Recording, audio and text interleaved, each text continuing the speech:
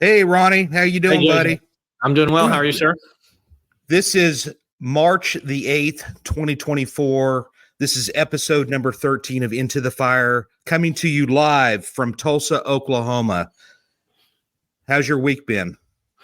It's been good. Nothing too crazy. They got a little project at work. There's an area just outside of downtown that the business owners were concerned about some vandalisms and windows getting broke. So we've done some digging into that because I guess they're going to do a little directed patrol on that. And then as far as life itself, just plugging along. And the weather's got a little cold, but it's been nice up till really today.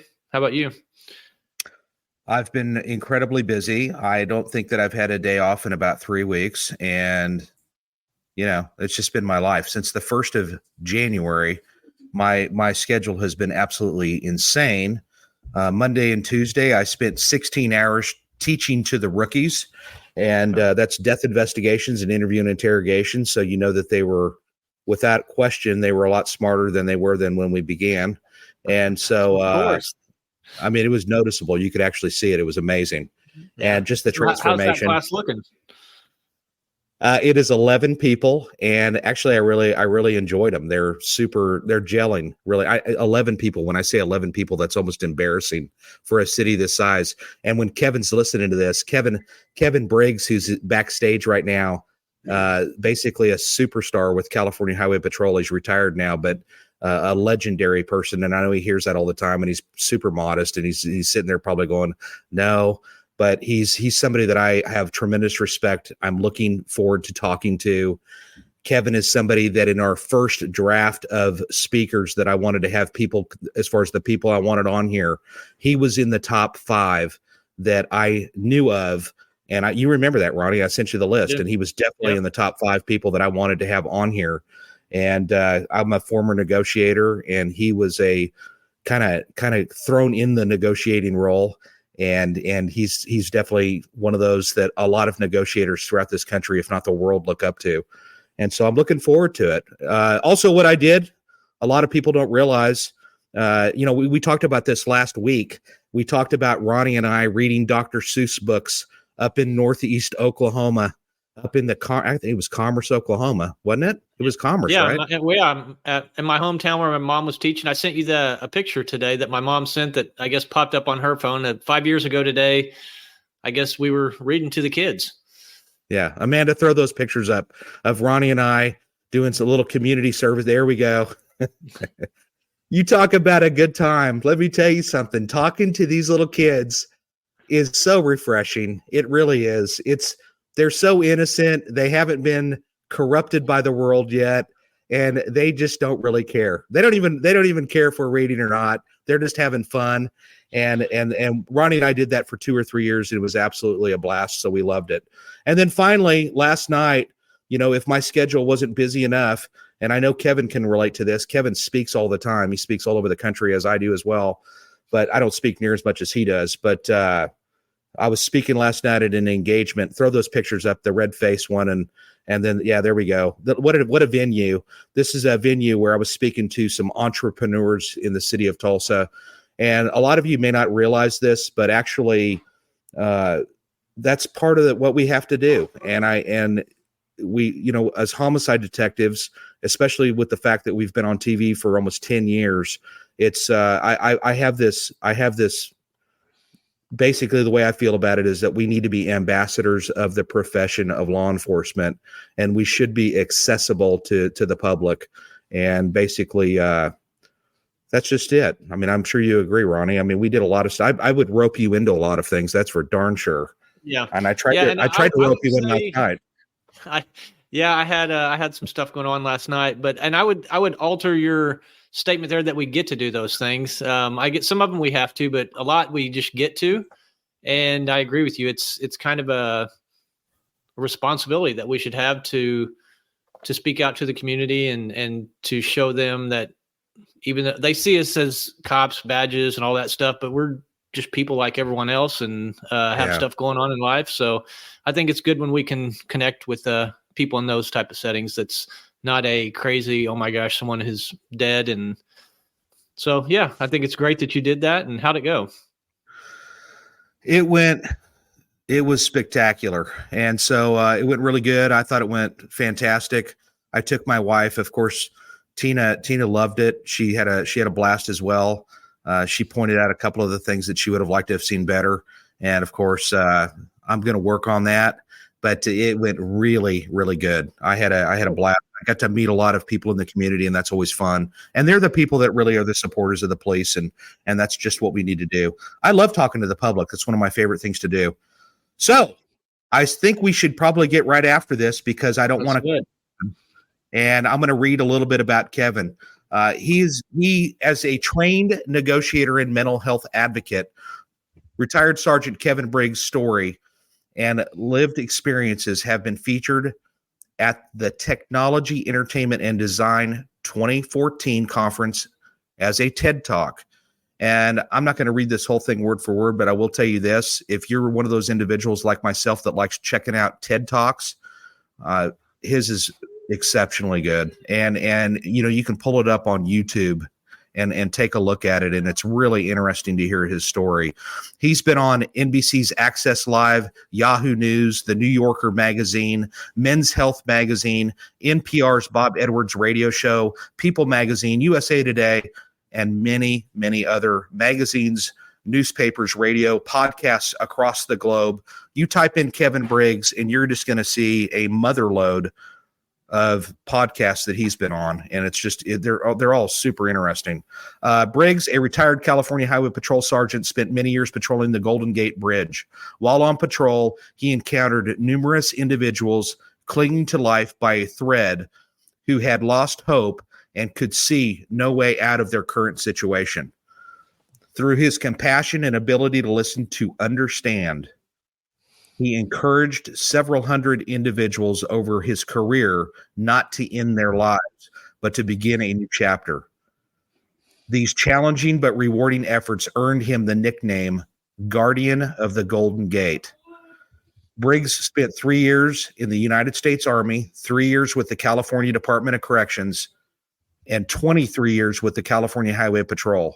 And I want to talk, I really want to, with Kevin, and he's listening to us backstage, I really want to talk to him a little bit about his time at San Quentin, because that's interesting to me. And after basically since retiring from the CHP, he has dedicated his life to promoting mental health awareness across the globe through Pivotal Points, an organization he founded. Whether speaking to 5 people in the far outback of Australia, several thousand at an international convention, or at a local community event, Briggs maps a movement as he shares his own story of mental illness. He also discusses how to communicate with someone who may be struggling in a manner that allows them to communicate without shame or fear. I want to introduce Kevin Briggs. How you doing, buddy? Let me tell you something. You are, I know you're modest. I know you are. I almost caught you speaking one time in Orlando, where we were both speaking at the Florida Association of Hostage Negotiators. And I was doing everything I could to try to catch you. And I missed you just by literally probably 30 minutes. And I don't think I was able to actually meet you during that conference, unfortunately. But I watch the schedule and I'm always trying to find you. And I just miss you by like a year. And I used to put up, hey, hi, everyone. How are you? Great to be here. Thank you. Love the music. That was really cool. That jacked me up. It's later in the day. I work at my local schools when I'm not traveling, and I'm tired today. I've been working all day at the schools. They take it out of you, you know. But that music got me going. So good. Yeah. I used to put up where I'm traveling to, but here's the funny thing, and I mean no offense to anybody, but I had some elderly women that followed me. So I took that off. Listen, I know the feeling. I have stalkers. I have stalkers, Kevin. I've got a few of them. So I've had that happen from time to time. It was a trip. I'm just trying to make my way in this world and do good and things. And it was a little eerie for me. I wasn't used to anything like that. I love it. You were a cancer survivor you got cancer at 21 years old, and while you were in the Army, and you're lucky that you caught it actually. And so that's the start of your professional world in the world. So start off with that and kind of tell us a little bit about yourself. Right out of high school, 18 years old, went to the Army, was up at Fort Lewis, Washington for a year, and then over to Germany. And in my second year over in Germany in 1983, diagnosed with testicular cancer, had my first operation in Germany, sent me back to the States to Letterman Army Medical Center in San Francisco, because I'm from the Bay Area, and had 2 more operations there, plus months of chemotherapy. And back then, we had no cell phones, no computers. I couldn't look this up. I couldn't find any information about it. And we landed back at Travis Air Force Base, which is about 45 minutes from here, over an hour to San Francisco, but that's the closest Air Force base. We landed there on my birthday, December 5th. So in my mind, and I wasn't told a lot. Here I am, this little, private, with this cancer diagnosis. And I'm thinking, you know what? At least if I die, I'm going to die at home and not out of country in Germany or something. But the Army staff was incredible. So first operation in Germany, I have a lymph, what they call the lymph. I might say this wrong. It's a longer word, lymphandectomy, where they cut you from your sternum bone all the way down below your belly button. And they take out lymph nodes. They took out over 40, and I don't know how many you have, but over 30 of those were cancerous. So that cancer had started to spread pretty good. Wow. So that required me to go and have the chemotherapy. Went down to 130 pounds, and you lose all your hair. You get depressed, you get weak, all that, you're just falling apart. But inside of you, it's actually killing what it needs to. So I remember only one of the very few humorous points out of all this was you feel like throwing up all the time. But I found out 7-Eleven cola Slurpees worked for me. So whatever they did inside the stomach, whatever ingredients were in there, I don't think I've got one since. It's kind of like when you go in the hospital and Jell-O, you're never going to eat Jell-O again. I don't know if Slurpee is actually a national term, but I remember calling them Slurpees when I was a kid because I grew up in California. I was born in San Jose, but I remember always that was a big deal when you could get a Slurpee. So one of the things that I'll mention to you, everybody out there, this book, Kevin wrote a book. I've read through this thing. There it is. If you want to find a book that is an easy read, and he really just breaks it down and he talks to you at everybody's level, really. This is absolutely a fantastic book. And one of the things that I loved about this too is, Kevin, you talked about from that point, you ended up getting I think you were working with your dad, but then you ended up you got a job at San Quentin Prison of all places. And I'm sure that was probably one of the best places you could have ever learned to communicate with just some of the most difficult to communicate with, I would think. It is. You talk about manipulators. Yes. And it's also the only place where I ever had nightmares about working at. I was in the infantry in the Army, Airborne Infantry, nothing, 23 years with the Highway Patrol, my 3 years in corrections, did my first year at Soledad down by Monterey.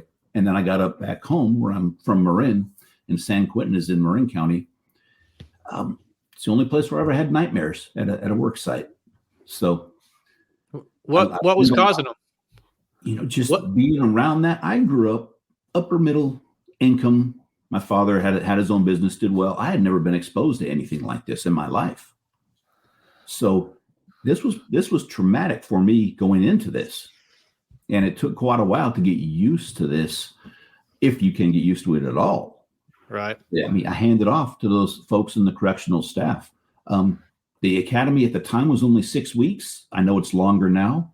My academy for the Highway Patrol was 6 months. That 6 weeks was harder. It really was. And I get to speak to correctional staff now, and I tell them, because a lot of them don't know I was in corrections, and the people I have bringing me in, I tell them, don't tell them I was in corrections. So I get there and I get up in front of these audiences and I tell them, what in the hell is a highway patrolman doing in front of correctional staff? Because sometimes we don't get along too well. Some of our folks may give them tickets and this and that, So I tell them, I want partial credit. Just give me a little bit of credit. Here's why. And I explain to them. And I even have a picture of me working in corrections way back. Cameras weren't even around way back then, so to speak. So, and then they all laugh and we can break the ice and now we can get down to work. But that is a very tough, you have to have, a great admiration for those folks in corrections. That is a tough job. It is. And that brings me to the biggest question you ever get about when you were at San Quentin, and who was one of the most infamous prisoners that you had an encounter with, and what was that about? Yeah, Charles Manson. He was in a security housing unit. I was on what they call vacation relief. Every 2 weeks, I would get a different job covering people on vacation. You get to know the whole prison that way. It's a crappy thing because you're going all sorts of different shifts, all different jobs. But on one of these jobs, I was working with another guy, and we had to get into the security housing unit to get an inmate to take him over to the hospital. So when you're in these units, it's strip searched twice before they come out through multiple doors. You're not getting out of this. It's tough. We go in to get this guy, and I did not know. It's hard to even see. You have the bars for the prison or for the cell itself, all individual cells, but then there are screens, black screens covering it also, prevent people from throwing stuff a little better and things. So we're actually picking up the inmate next to Charles Manson. But I hear his voice, and he starts talking, and he's talking to me, but I don't really pay much attention, and I didn't realize who it was. I've never dealt with him before. All of a sudden, the guy I'm with has dealt with him. He goes, "Hey, Charlie, how you doing?" And then Charlie answers him back, and he starts talking to me, and just like we were best friends. And I could kind of see through the cell, like, oh man, in my mind, that's Charles Manson, little bitty guy. And he's talking to me, looking me dead in the eye. I'm trying to look away, just shut up and let me do my business, But he keeps talking and talking. Hey, get me out of here. Get me up at the front gate. Up at the front gate. They know me up there. Well, of course, then everybody knows you, And I'm not answering. I'm not saying a thing. And he keeps talking, and he goes on to subject to subject to subject, all different subjects, just in the matter of a few minutes. He doesn't skip a beat. If this guy was right, I mean, he really could have done some phenomenal work if he wasn't the way he was. He was amazing to listen to, but we're there just a couple of minutes while my partner strip searches other inmate to get him out. And then he gets him out, and we get ready to go. And Manson is still chirping away. He goes, and he swore a lot. Now, I'm not going to swear, but he goes, if it wasn't for that damn beep, beep, beep Jewish lawyer I had, I'd be out of here by now. And then we turn and we start walking away. And he goes, hey, when I get out of here, I'm going to find you and I'm going to cut your head off. But that's the devil talking, and your mama wouldn't want you listening to the devil. Oh, man. And I think in your book, you talk about how his cell was it really dirty or something along those lines? I remember seeing banana peels on the floor, and yeah, he was dirty. He was dirty. Did you have any other crazy encounters with any other inmates, or was it? I did, and they try to push your buttons. A big black guy one time, I was working in the kitchen, which is a very volatile place. Yeah. On vacation relief. And they're used to having their officers that they deal with and know. He's working. This guy is probably 6'4". He's a big guy. And I'm only 5'9". This guy is letting this Hispanic kid do all the work. He's not doing a thing but sitting there. So I go up, hey man, you need to help out. He didn't like that. He goes, come here. We went over to an area that was kind of sheltered from the gun towers. He didn't poke me in the chest, but he's like putting his finger right at me. He goes, don't ever tell me what to do. I'm like, okay, this is a trying moment right here. I'm looking around like, I got any towers? Got any guns on me? So yeah, he pushed that pretty good. And then there's a few others that will try to do things. I learned a lot about folks, and really just trying to sit back and watch them interact, because it is. I've never been to Africa. I just booked my first trip, but I'm going in 2 years. I got to save up some money. But I would imagine where you see it on National Geographic, you have the zebras in one area that may be going with the wildebeest, but you'll have leopards in one area, lions in one area, cheetahs in one area. They don't like each other. Well, that's what this is. You have the white folks over here, the black folks over here, the Hispanics over here, and they, except for the elderly folks, they don't mingle much. Huh. They don't. That's just Any other notorious prisoners that you remember just from your time? You were there for what, 3 years roughly? years, 2 at San Quentin and 1 at Soledad. When I was at Soledad Prison down by Monterey, there was Sirhan. Oh yeah. Yeah. And From Robert Kennedy. Yeah. Yeah. Yeah. So those were the most famous couple of folks. Actually, I know I grew up with it. You know, when I grew up in California, one of my childhood best friends, he's I think he's a correction officer. It might have been in Pleasant Valley. I can't remember, but Sirhan was he's there. He's still alive. He's still in prison. So, interesting. I'll tell you something else is that, and then you got led to the California Highway Patrol. How did that, what drew you to that? There's another funny story. It's sad for the guy, but so I'm working with this guy and he goes, "Hey, I'm going out for the highway patrol. Come on and do it with me." He doesn't want to go by himself. And I'm thinking, I haven't seen these guys much, but for stopping folks, in my mind, I go, man, they look pretty squared away. I don't know if I could get into that and do that. But he kept bugging me. I said, all right. I'll try. I didn't know if I needed a college degree because I don't have one. I went right to work right out of high school, into the Army, and then kept working. So I went out for it, put in the application and everything, got accepted, went through the academy. He didn't get in. He was a bigger guy, and I'm going to say he was, using some substances to help you get bigger. He was working on a tower as a gunman in a tower, slipped and fell down some of the stairs, had to go to the hospital, and he told them what he was taking. And at the time, the highway patrol said, "No, you're not coming in with having taken those." So he didn't make it, and I did. I wouldn't even ever have tried if it wasn't for him. Yeah. Where were you initially stationed at? So if you've heard of Oakland, California, right out of the academy in 1990, I went to Hayward, which is a whole nother story in itself. We really don't go to the East Bay much. We have, when you cross that Golden Gate Bridge, you go from San Francisco over to Marin County, and I'm from Marin County, and it's quite different than the East Bay on the other side where Oakland is. Now, I'll tell you, there's a lot of nice people over there, but they do have a lot of gangs, a lot of crimes, and a lot of shootings. Well, Hayward is just south of Oakland, and I had never seen in my life, hey, this is a good street, this is a bad street, be careful here. I'd never heard of that. Everything was okay where I lived. So to go over there, the first time I drove over there, when I was in the academy, you have to live at the academy, but you have weekends off most of the time. I tried to drive from my house over to Hayward. I got halfway and turned around. I said, this is way too far. This sucks. So drove back. It was a lot of unincorporated areas. So when you hear highway patrol, a lot of folks think we just work on the freeways. We don't. Anywhere that is unincorporated, we handle we work with the sheriffs. The sheriffs handle the penal code for the most part. We handle the vehicle code. So I spent about 4 years or so in Hayward because when I got there, they only had a couple classes after me, and then they stopped hiring. And if there's no classes coming in, all transfers are held up. So I got stuck there. Mm-hmm. And then when I was finally able to get back to Marin, close to the house, I came back here, but I was so bored. I was so used to being busy all the time. I was so bored when I got here that I went back to Hayward for another year and a half or so. And then realized, you know what? Get out of here. Go back home. So then I was in Marin, and then promoted to the rank of sergeant in 2008 and went back to Hayward. That's where the job was. So you get these different places where that's at, Los Angeles is a lot of them, and I don't want to go down south.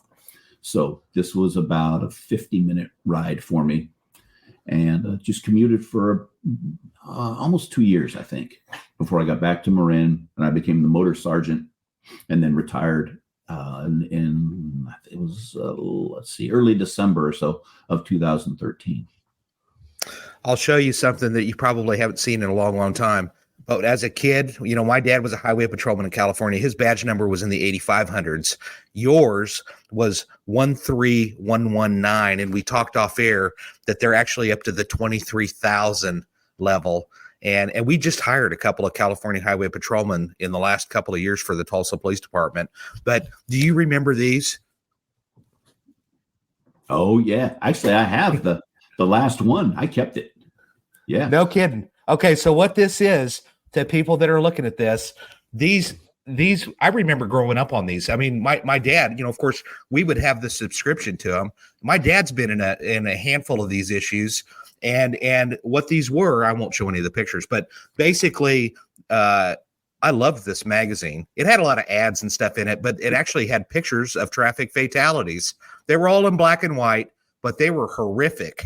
I mean, to make it in this magazine, they were the worst of the worst. And this thing, even up until the 90s, even right up until the time when I became a cop here in Tulsa, they were still, and then I think there was a lawsuit, but you could still subscribe to this.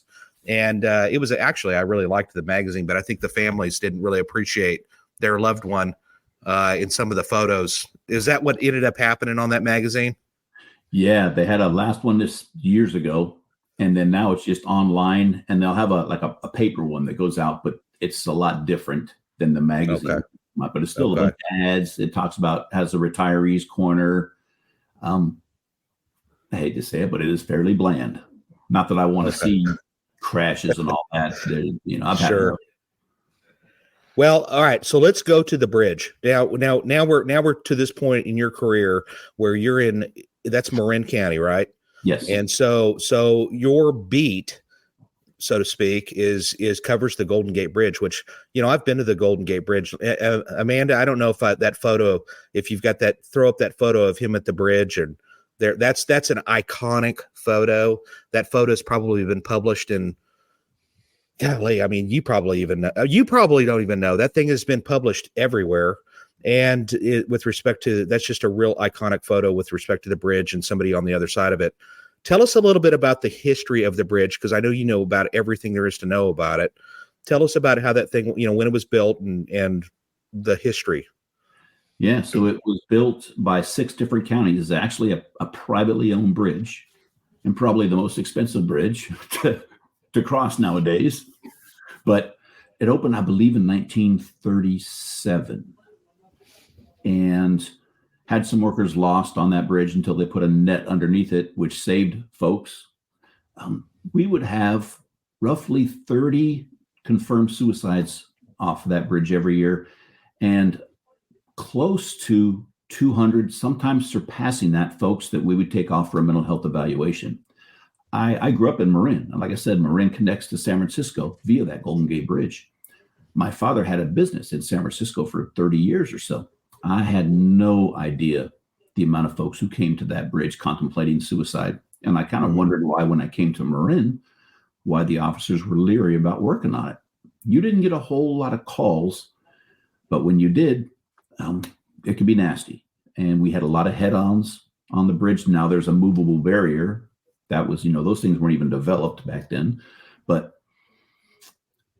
we weren't trained in this at all. I tell folks, what a disservice to those people contemplating suicide from that bridge, and what a disservice to the officers who have to go work that. Really, you don't put people out there like that to do that. It's gotten better. There is training for officers now. I wish they would actually go through a negotiator school before they went down there and worked that. There is a suicide barrier up now that's just helping tremendously. I believe we've only had 1 or 2 suicides, which is 1 or 2 too many, but I think they've only had 1 or 2 this year. So that's finally completed. And it's, it's going a lot better nowadays. And folks are becoming smarter. We're able to talk about mental health a lot more now. When I was working on, or even, growing up as a kid, we didn't talk about this. Like I said, I work at my local schools a couple days a week when I'm not traveling. And I work there today. And there was a young lady writing at one of the high schools in chalk in big letters, they're having a mental health day there. And I go, hey, and she was willing to talk to me. Oh yeah, we have this. I go, do you guys talk about the numbers, the 988 suicide, the crisis safety line, and the 741-741, the crisis text line? Oh yeah, we talk about those too. Fantastic. You never heard of those. I hardly heard of those when I was with the patrol working on the bridge. Mm-hmm. We were just in this bubble where it was. And that's California. That's California specific, right? Those numbers? No. Those are nationwide. Oh, yeah. Wow. Okay. Yeah. And what are those again? Remember the 1-800-273-TALK? That has now changed to 3 digits, 988. Okay, I didn't know that. National Crisis Hotline. And then when I'm talking to kids, I tell them, you know what? There is a crisis text line that you can use. It's 741-741. So, because we know adolescents, a lot of times they're not on their phone talking, but they're texting all the time. So I asked them, get your parents' permission, but I would be wonderful if you could program this into your phone, because maybe it's not you who's having a tough time. Maybe it's a friend and you could pass this along. But I always say, get your parents' permission. That's great. That's great. I'd never even heard of that, so I've learned something already. Ronnie, did you know about that? I didn't know about the text one. It seems like I've seen some of those 988 billboards around town. But yeah, the text one, I hadn't heard of that one. Those two are national numbers, well known for those of us in the field for that. And they're great. They do great work. And they get unfortunately, they get a lot of action. I was going to say, they get a lot of people calling, but that's in texting, but we need that. So go ahead, Ronnie. I was just going to say, as far as you specifically on the bridge, did you seek out these calls, or if you heard it, were you rushing there to help the people, or did you just get them because that was your beat? And how did that get where you really got into this and it turned into what it did for you? So before the tragedy in 9/11, there was only one officer working down there. That's it, one highway patrolman. And we just didn't go on the bridge and go up and down, like a lot of you guys know this, but my beat handled all the way down into San Francisco. When you go past the toll plaza on the bridge, which is on the south side, it splits off and you can go deep into the city, or you can kind of go around it. So it would be, at least a mile, the other one probably 3 miles or so. And then up past the bridge, you got these big parking lots and Vista Points, and then up and over through what we call the Waldo Tunnel, and then down. So you have miles of area to cover, but there would be just one officer working down there. After that tragedy in 9/11, the bridge being the bridge that it is, and very well known, we put more officers working down there, and the Golden Gate Bridge Highway and Transportation District hired security guards. They don't have powers of arrest, but they are armed and they look like us. And there's those folks patrolling down there also. So we have a lot of eyes now, besides all the cameras. But before that, one person. So if I'm working down there, which I like to do, yes, I'm the one getting the call. Whether they're in their car writing a note and the bridge says, hey, we've watched this person. They've been sitting in their car for 2 hours. Would you mind chatting with them? Sure, no problem. Or if they're up on the bridge walking and they're solo, which is just an indicator. Doesn't mean we're going to come up and talk to you, but we do watch. If you're just solo and you keep going back and forth, we look for certain things. Or of course, if you're over that rail, there's an I-beam on the other side that parallels the bridge, except for around the two towers. That picture was taken at the tower, which you put up a little bit ago, and around that two towers is just that little bitty pipe. So I would contact these folks and try to talk to them, and I didn't know what to say, what to do, my mannerisms. I was really worried about this, and to see the look in these people's eyes, that's what really drove me to do this. I wasn't interested in the canines or getting into the drug things, or we do a lot of different things on the highway patrol and the commercial units for big rigs. That I just when I was able to get on the motorcycles, that's what I like to do. Until I saw this, and the look in people's eyes was they're scared, they're tired, they don't see tomorrow, they just want their pain to end, and they can't see how. I'm like, my God, what a victim here of just life. What can we do? What can I do? So I really started different things and talking to them, and I learned a lot. I learned on the backs of those people. Yeah, I lost some folks, and it just breaks your heart. And when I talk to officers now, I have some things that I tell them what they should do to protect themselves. And I'm talking not just at the scene. If the person is armed, we have had some folks up there that if they didn't get what they might say the guts to jump, they're going to cap themselves. Yeah. I learned a lot, and then I was able to go through crisis intervention team training, CIT, some years down the line. And then way later, I went through the FBI course, which was wonderful. And now I get the opportunity. I've been to Quantico, and I've been to their headquarters in Washington, D.C. to talk to these folks. And you talk about some motivated people. It is wonderful to talk to them. Well, their negotiators are some of the best in the world. I mean, I will say that Gary Nosner, do you know him? He was the lead guy on Waco. He's a friend of mine, and there's just Vince Delfonso, or I think that's his name. Just some incredible negotiators. So you're up there on this thing, and just to let people know, you got the name Guardian of the Golden Gate, and what a name to have. I got to interrupt you on that one. Okay. We're not allowing my publisher in on this chat tonight. I am not a big fan of the name. It came from a Yahoo News segment. To me, it sounds very egotistical. And if you have an ego, you are going to suck at being a negotiator, because you're going to make it about you, about your wins and losses and all that. And we can't have that. And I refuse to let an officer work down there if I saw an ego. So this Guardian of the Golden Gate, there's guardian. You folks are guardians. There's guardians everywhere. But that's what's going to help sell books. And now I don't mind it so much. I used to be kind of angry about it, but I don't want folks to think, who's this guy think he is, the Guardian of the Golden Gate? No.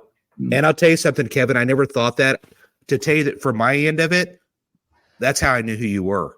And just because I knew I associated you with the Golden Gate Bridge, because really, that is to have that in your beat. I've tried to wrap my head around that. Number one, I think that's a great place if you had a police officer that really wanted to be exposed to this type of training. I mean, really, gosh, it could happen at any time, to do a ride along, and just be there to watch. And you are credited. Do you even know the number of people that you were able to talk off? We, unlike if any of the folks are old enough to ever watch Chips, the Highway Patrol show back in the 70s or something. Loved it. I loved it. My dad hated it. I loved it. It was a funny show, but it shows these guys fighting all day long. It is not like that. I've never written when I came over from corrections, where we seldom write anything, to on the Highway Patrol, we write down everything. If I talk to a person, I'm writing it down. White male, 45. Talk with them for something. We keep track of by the minute, damn near. We write everything down. So I would handle 4 to 6 cases a month. And I did this for years and years and years and years and years. Now, that's not just somebody over the rail.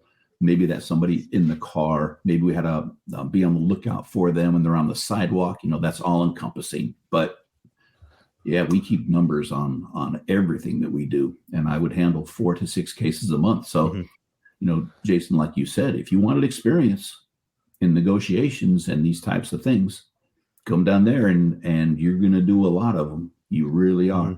But you're going to be exposed to some things that you may not want to see if somebody jumps. Yeah.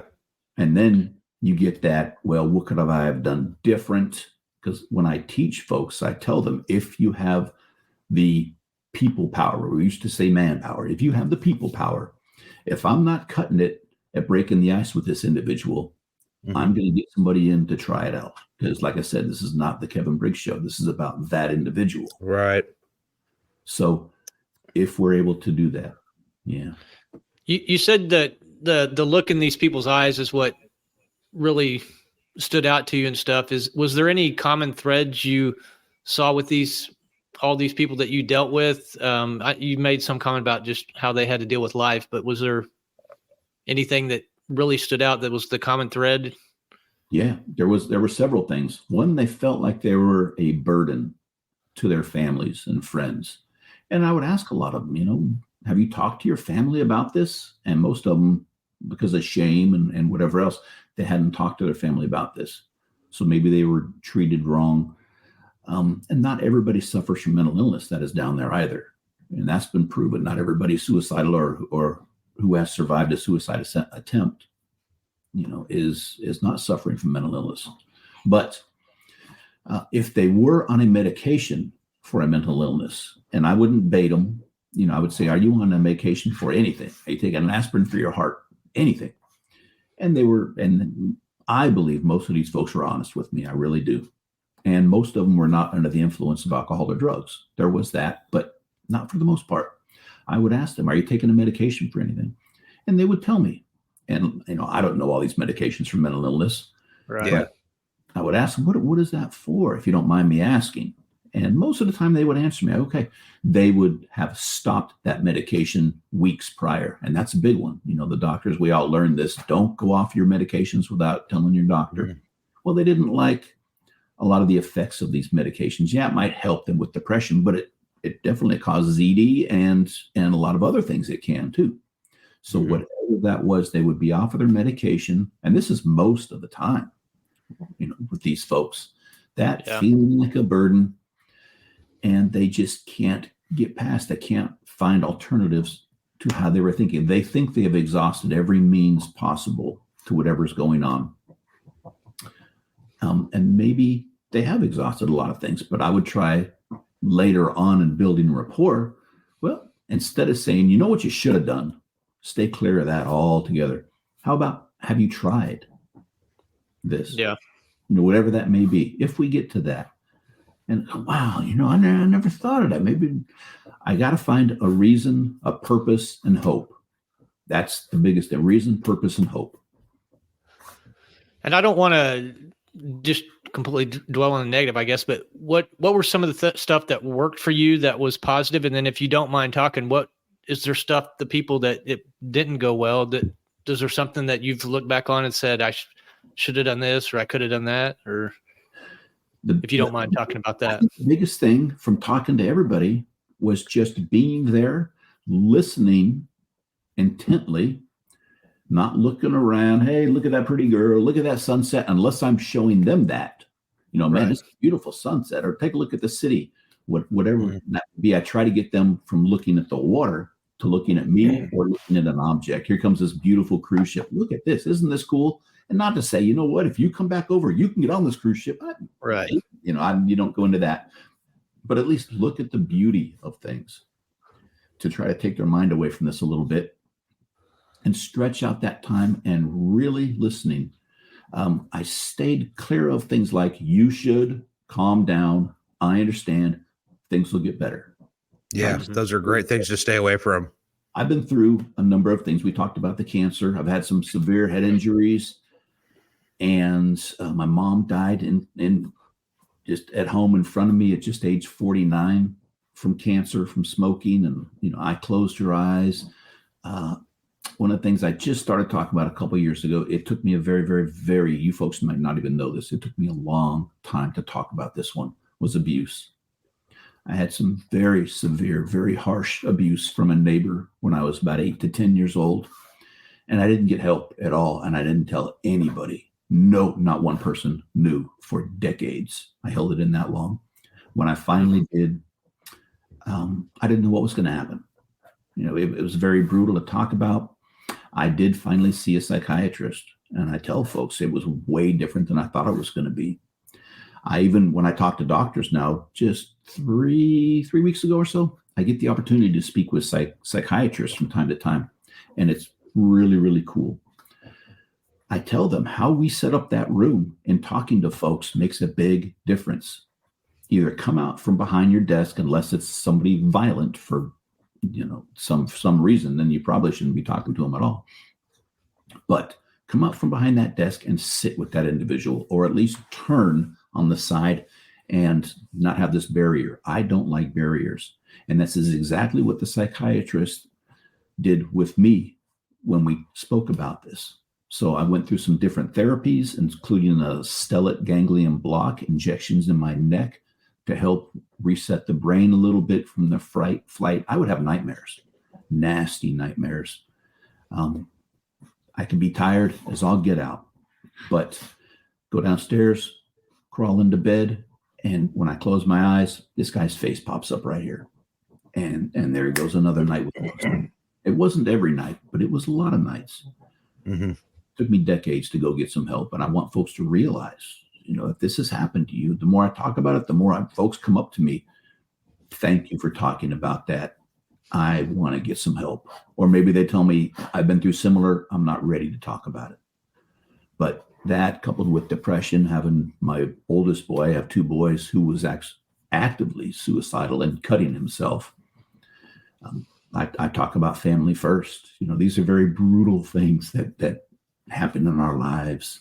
Some very stuff. So here I am flying all over Germany, Australia, and all over the United States, talking about mental health. What do we look for when someone might be suicidal and all this? And it's happening at home in front of my face, and I'm missing it. I feel about this big. So we have to start with ourselves and our family. Really watch that. It's important. And a lot of us you're chasing that dollar. We want that overtime or whatever the reason. Watch your family. Yeah. That's good advice. And I'll tell you, just as a negotiator, when I'm speaking to negotiators, when I would do it or when I taught to cadets, I was really big on, your tone. The tone is really, your mother used to say, it's not what you say, but how you say it. And it's just basically listening, and not you talking, but just, and you talk about that, in your TED Talks. And I've seen you talk about it in other interviews that you've done where you talk about the importance of that. And if you could talk just briefly on, and also I don't want to ignore Kevin either. I want you to mention your relationship with Kevin, because I think that is extraordinary, really. And your life-saving, probably, it's just amazing how you guys came together and the relationship that you guys have built over the years. Well, that tone is very, very important. And if you take, for instance, I like to use this bridge because you have everything working against you. We don't stop the traffic, maybe one lane to put a patrol car in. It is very, very loud. If anybody ever comes out this way and gets a chance to go across the bridge, not only drive across it, but walk across it. And then think, God, what if something happened here and I had to talk to somebody over this rail? You're going to have a hard time just talking to who's ever with you. You almost have to yell. It is a horrible place for a negotiation. And it's cold. Always bring a jacket. But with me, I would really think about this on my way down. And I would think about this at night. How could I be better at this craft? So I always say a prayer. If I get a call and I'm going to something, say a little prayer. I try to dress like them. If they're not wearing a jacket, then I'm not wearing a jacket. I want to feel what they feel. I tend to talk rather fast. I really have to work on myself slowing down. I'm still trying to do that. When I talk with audiences, I tend to go boom, boom, boom, boom, boom. I have to slow down. So that's another thing that's really, really helpful, because put yourself in their shoes. Imagine the things going around in their head and the negativity surrounding what is going on. Slow it down and let them take it in. And a lot of times they may even mirror you and slow themselves down, which is really, really cool. I want them to really understand things and take a look, at around and in depth and see, what, maybe this isn't the best thing. And we know there's a study, I believe it's out of Houston, that somebody may be contemplating suicide for quite some time. But once they say, this is it, almost 50% will attempt within 20 minutes. So we got to get them out of that crisis. And if we can do that, a lot of times they won't attempt again. And that's why the bridge put up that suicide barrier, the netting, which is about 20 feet down and about 20 feet out. You're going to fall a distance and you're probably going to get hurt. But if they see that, it has stopped a lot of folks from even coming to that bridge to do that. It definitely does work. But I start with myself. What can I do? How can I be mentally prepared? And we have to put in our head, what if they go? I'm giving it the best shot I got with all the knowledge and everything that I have gained. If they go, they made that choice, but they did make that choice with an unhealthy mind most of the time. What I teach, I'll tell you a little secret of mine, that when I'm talking to folks who do this type of work, whatever it is, if you're talking to somebody at a level, at height, if they decide to go, don't watch that act. I can watch and be with somebody all day long sitting on the other side of that rail. But if they go and I watch that, that is what is going to be in my head the rest of my days. And it is. And it is. And that's the way it goes. keep that in mind. And sometimes that'd be hard to do. You may have a suicidal subject putting a gun to their head. Well, that's going to be hard to not see because you're right there. And, and there's an officer safety factor, of course. But if you can, whatever that may be, try not to watch the act. If you can avoid it, that's what will be in your head. Yeah. And I think we just got a couple minutes. And I was going to say, we got a couple minutes left. And what I don't know what Jason was referring to a second ago, the relationship you have with, I guess, another Kevin. What's that about? I guess quickly. Kevin Berthia. I think we showed the picture of the black gentleman over the rail. Yeah. So that was by the two towers. So there is no I-beam there. It's just that little bitty pipe. If this was taken by a helicopter, a news crew out in the bay, I think it's the only one like it. It would be like pointing towards Hawaii, towards the ocean. And you see Kev over the rail. He was actually on the sidewalk when I got the call of a man on the sidewalk talking on a cell phone, talking to a loved one, saying he's going to jump. So I start working my way down the sidewalk on my motorcycle. And as I neared the North Tower, I see the description of him, and he's still on the cell phone. And if you look by my boot, you can see a little white thing. That is the actual cell phone. But I get there and I stop about 50 or 75 feet away. I don't rush up to people. I always stay back, and I raise my right hand and I go, "Hi, I'm Kevin. Is it okay if I come up and talk with you for a while? I want to get their permission. I want to empower them. And I'm not Sergeant Kevin Richard Briggs with the Highway Patrol. I'm just Kevin. And if they allow me to use their first name, that's what I'm going to do. I'm going to personalize everything.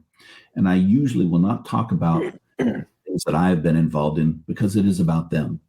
But if they say something like, you don't know what it's like to have cancer.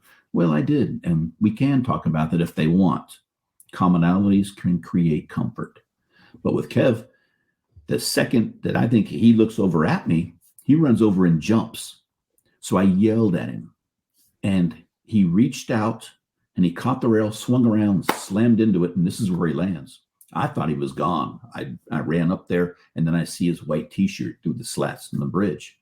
So I stepped back, did my usual bit, and he was madder than hell. He didn't want anything to do with me. He kept screaming, "If you come one step closer, I'm jumping." And he was mad. He was serious.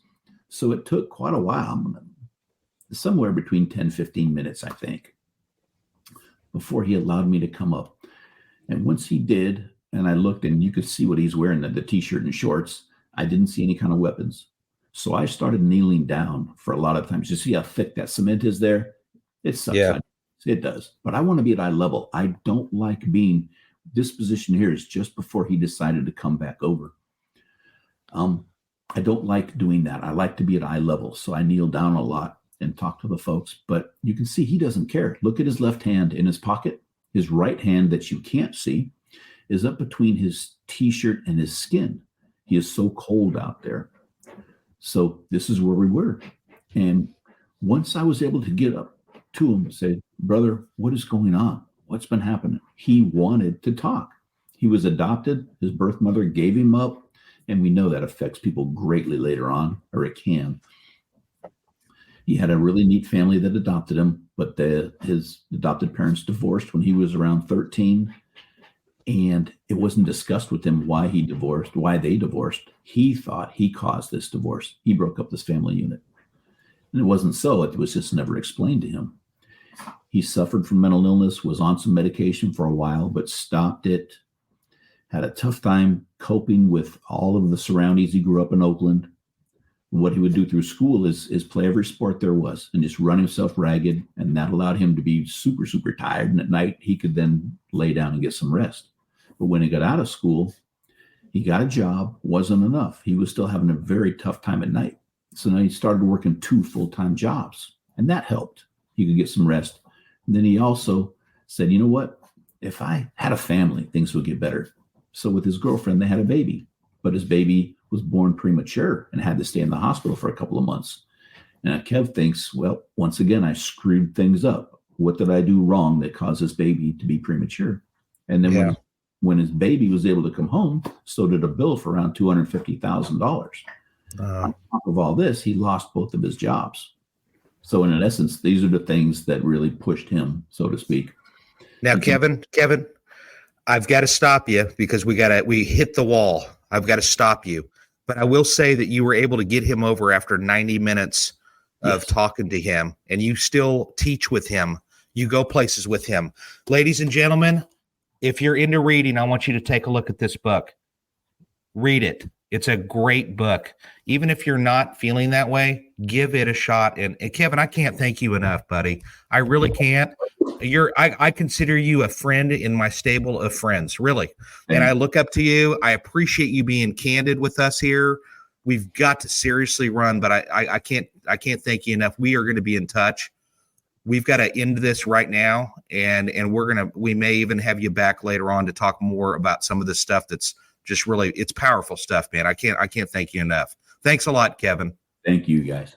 Thank you. All right. Appreciate you. Take us out, Amanda.